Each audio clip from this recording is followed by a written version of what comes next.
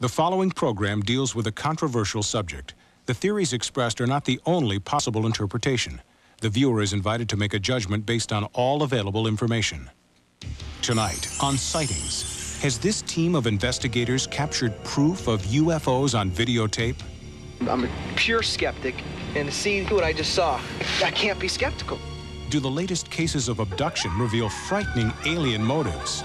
Women begin to experience the gynecological examinations done by the aliens on them.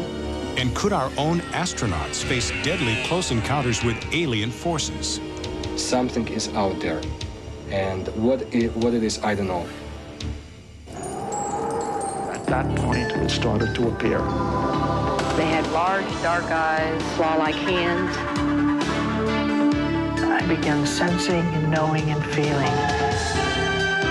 I do believe in life after death. I mean, I've been there. We have not scratched the surface of what the mind can do. It's a connection with the unknown.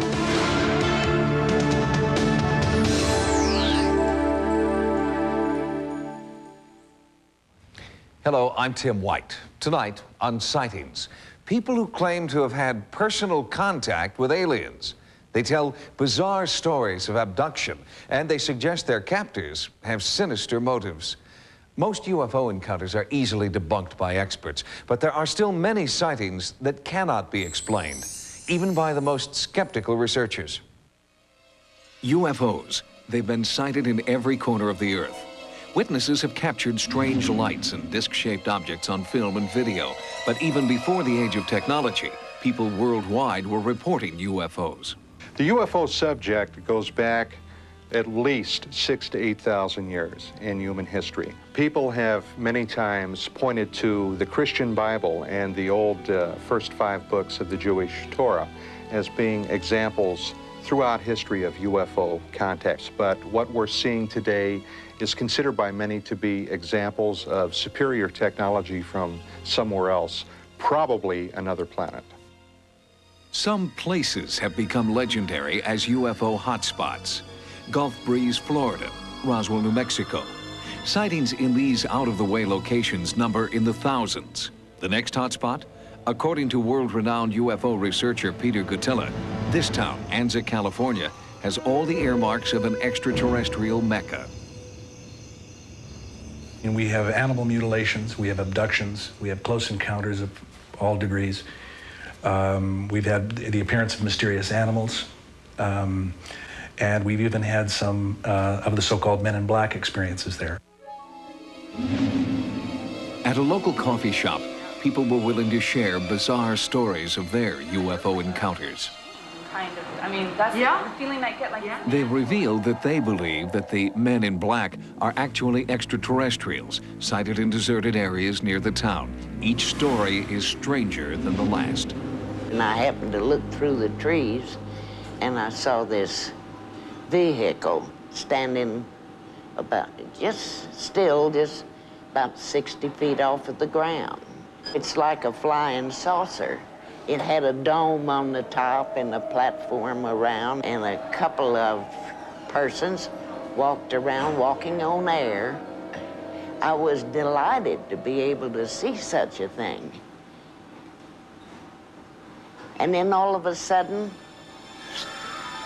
it was gone. Anza is a UFO researcher's dream, a living laboratory filled with eyewitnesses. They moved, first saw them over here, they moved across. This thing was so bright, there was absolutely no shadows whatsoever on the ground. It was like a gold trail, it left a gold trail. Gutella believes an around-the-clock surveillance here could net scientific proof of UFO activity. Activity reported today and possibly in the ancient past, when Indians here drew astronaut-like figures. Because of so much activity, the time was right. A team of UFO experts and skeptics move into the area. This will be one of the largest UFO stakeouts ever. They set up a command post on Thomas Mountain. No one that I know of has gone out there to do what we did. We had the radar. This radar can detect objects within a 24-mile radius. This was pretty elaborate. The equipment was very expensive and very good and very accurate. The Starlight camera is so sensitive, it can photograph objects in total darkness. Once online, it sees anything that gives off even the slightest light. It easily picks up stars that are not visible with a regular video camera. This camera is unique because it has an intensifier, which is more than 1,000 times more sensitive than the video camera you have in your home. Surveying the area, the researchers are looking for a UFO the locals have nicknamed Goldie, a golden glowing craft seen over and over in the night sky from this mountaintop. Starlight, we're looking at Mount Cahuilla. This is where Goldie, or the UFO, which has been seen about 50 times in the past 3 or 4 years, usually appears. It appears in this area. It has been seen actually all across Mount Cahuilla. This is Mount Cahuilla here. The team gathers data and keeps meticulous notes. They continually monitor the sky. Then, unexpectedly, they're visited by witnesses. Debbie Steinberg didn't want to talk about her experience in town. She hiked to the stakeout area for a private meeting with researchers. This was about 10:30 at night that it started. And I closed my eyes, and when I opened them again, I found myself in a room, and I was laying on a table, and I had 6 beings, and I couldn't tell you what they were doing because I really don't know. But I remember the one that was on the left of my head took something from my head. Researchers at the stakeout say that Debbie's story fits the classic pattern of what is known as a UFO abduction experience. I believe that the abduction phenomenon is real, that it is extraterrestrial, that people are basically describing events that are happening to them with an objective reality. Dr. Jacobs has investigated UFO abductions in his bestseller, Secret Life. Usually, the abduction phenomenon begins in childhood and goes all the way through old age. And so they've had a series of experiences throughout their life. This is a rendition of the craft I saw when I was 4 and my brother was 3, and where I was zapped with light. This is a drawing of what I call the silhouettes.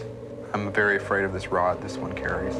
The eye is long, long and thin, and very black. There was some eye contact, but it was like you and I are making eye contact right now.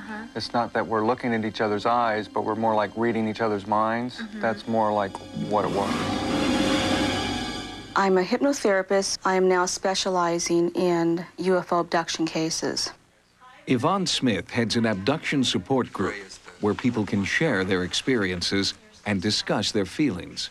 I was 6 years old, and I lived in Georgia, near Macon, Georgia.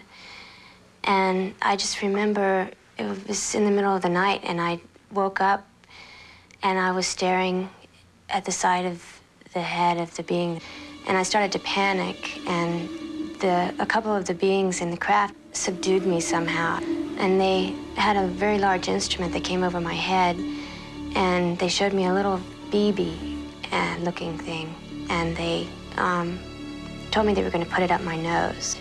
But then this instrument came over my head and punctured the soft palate of my mouth, and it hurt very bad. And the next thing I knew, I was being placed back in my bedroom. I'm finding in my cases many chilling similarities. The person is taken against their will, taken into a craft of some kind, put on a table. The women begin to experience the gynecological examinations done by the aliens on them. They feel very violated. With the men, anal probes are inserted and sperm is taken. It's all done against their will, and they're really helpless to do anything about it. Coming up, the abducted relive more terrifying experiences through hypnotic therapy. During some abductions, I'm aware of their taking sperm samples. And later, our UFO investigation in Anza, California continues. Regression therapy is an extremely controversial method in which abductees relive their UFO encounters under hypnosis. Some scientists suggest that what they're actually reliving might be repressed emotional trauma or subconscious fears from childhood. But for the abductee, the alien encounter is very real. In abduction cases, many times the person will remember consciously that something strange or bizarre happened to them, something out of the ordinary. They desire to go into hypnosis to retrieve the hidden memories. During some abductions, I'm aware of them, of their taking sperm samples in many different ways. They've done it in many different ways. With tubes, with like catheters. There's one way I have not been able to deal with emotionally or under regression, and that's one where there's a being on top of me, and I can't deal with that yet. Under hypnosis, Jesse Long is reliving trauma that he believes is caused by his abduction experience.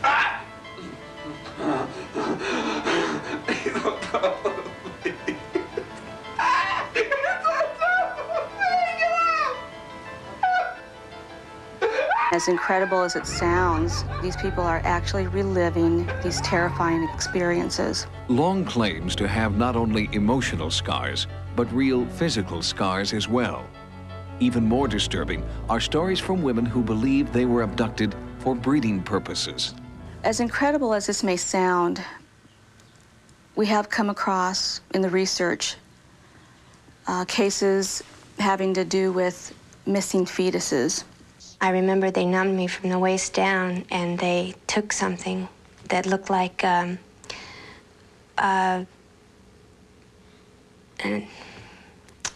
umbilical cord attached to placenta, and they levitated it into some kind of chamber. Later abduction scenarios, she is actually shown a baby. Now, this baby is not like a human baby that, as we know it, it's a cross between an alien and a human. It's the central question of UFO research today. Why are they manufacturing these offspring, these babies? If we knew the answer to that, I think we would have a large part of the UFO mystery finally in hand. Not every reported encounter with an alien is frightening and traumatic. Some people who've claimed contact with extraterrestrials tell us that for them, the encounter was a peaceful communication. That was certainly the case for Dorothy Izad of Vancouver, British Columbia. I went over to the window, looked out, and there was this enormous thing up in the sky. It was in the shape of a diamond. And as I watched it, like there was a whole group of little, like, silver dollars that came out of the large ship. Dorothy and her family reported that UFOs appeared every night.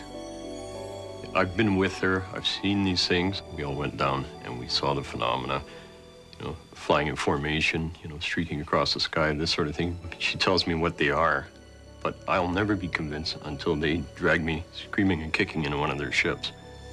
And I'm afraid that's my nature and that's where it'll stay.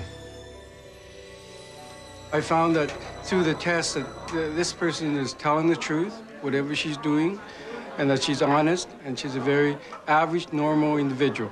This is what witnesses have seen. These are not street lights, airplanes, or other conventional lights. This is actual footage of unidentified flying objects. This is a single frame of Dorothy's film, equivalent to 1/18 of a second. The streaks do not appear on the frame before or after this one, suggesting that the light is moving great distances in 1/18 of a second. We looked up into the sky, Dorothy too, and she went to the window, and she looked up, and she said, "Oh, come on. Do something for my friends. They've been here for so long." And right away, 3 shafts of light, as bright as anything, just shot right up into the air where we were watching. My communications with the light beings are that they're very worried about us humans because we usually do things without thinking. The weapons we build, the way we raping the earth without thinking of the consequences. Although it does not appear that this film has been altered. Skeptics believe these images are the result of light phenomena emanating from Earth, not UFOs. But Dorothy believes these lights are alien spacecraft and that she can communicate with the creatures inside. Coming up, what caused an unmanned Soviet probe to be knocked out of Martian orbit? This is something that most likely destroyed the Phobos 2 mission to Mars. And it can do it again. And our hunt for UFOs in the Southern California desert continues. The greatest challenge for a serious UFO researcher is finding hard evidence. Film and videotape are easily faked, and skeptics distrust first-person accounts. The team we followed into the California desert made every effort to maintain a scientifically valid investigation. All kinds of state-of-the-art technology continue to arrive at the surveillance site. This radar works like any other radar. It's a precision piece of equipment which utilizes radio waves, which are bounced off a given target to determine its relative size, speed, and location. And that's how it communicates. Theoretically, radar signals could also be picked up by an alien craft. Another signaling device is this laser. This high-powered laser acts as a beacon, but researchers also fear it could be interpreted by approaching craft as a hostile act. On this laser here, you would probably be able to see it reflect off a surface approximately 2 to 3 miles away, although the laser beam does continue on to infinity. So if I was to shine the laser straight up, it would continue on beyond the Earth's atmosphere and continue on forever. Most UFO research is privately funded, but the U.S. government is now launching its own search for extraterrestrial intelligence with a NASA program known as SETI. SETI stands for Search for Extraterrestrial Intelligence, and it's an effort by NASA and a fair number of astronomers to look for life in the galaxy. We're going to turn the world's largest telescopes toward the heavens with the idea of looking for some signs that we're not alone in the universe. The idea is to listen for radio signals that might be deliberately or perhaps even accidentally transmitted by other civilizations. Any signals from space will be analyzed by a sophisticated computer system to determine if an alien life form is trying to communicate with us.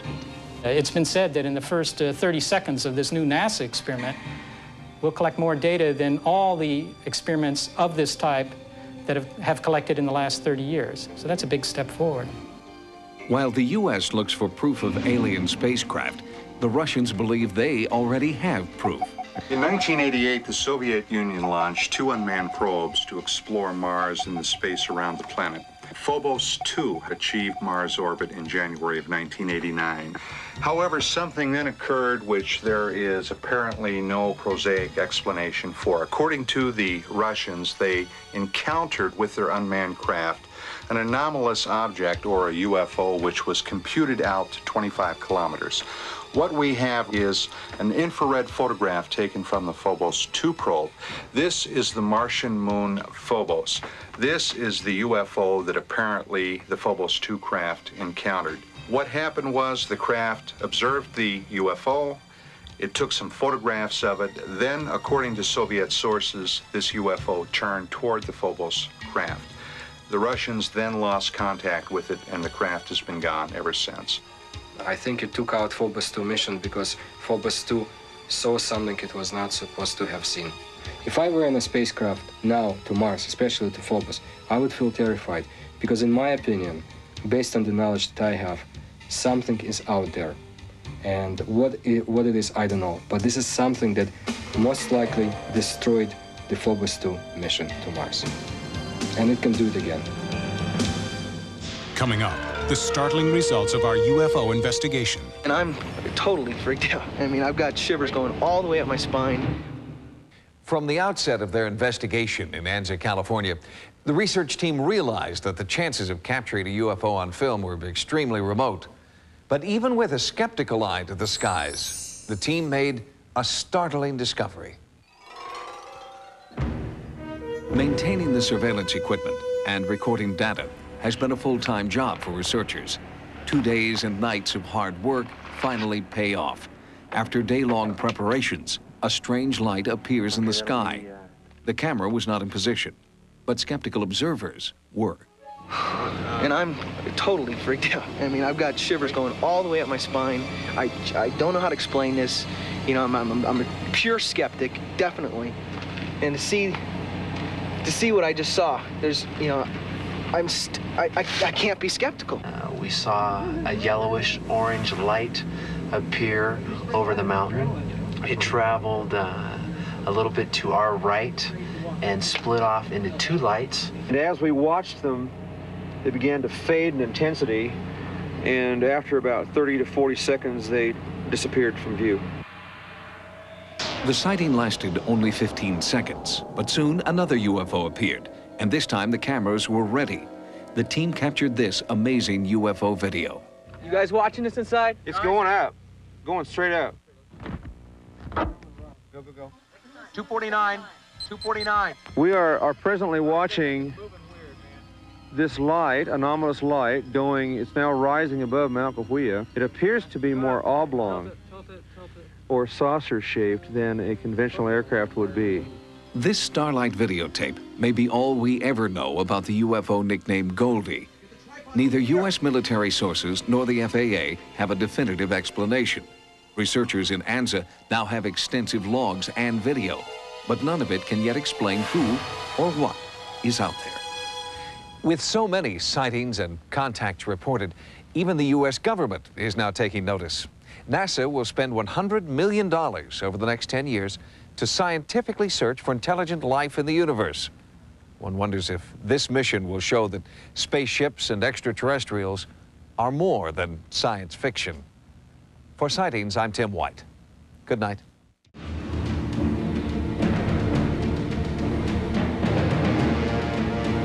Tomorrow, after a full hour of cops, see one of the most amazing rescues ever captured on videotape.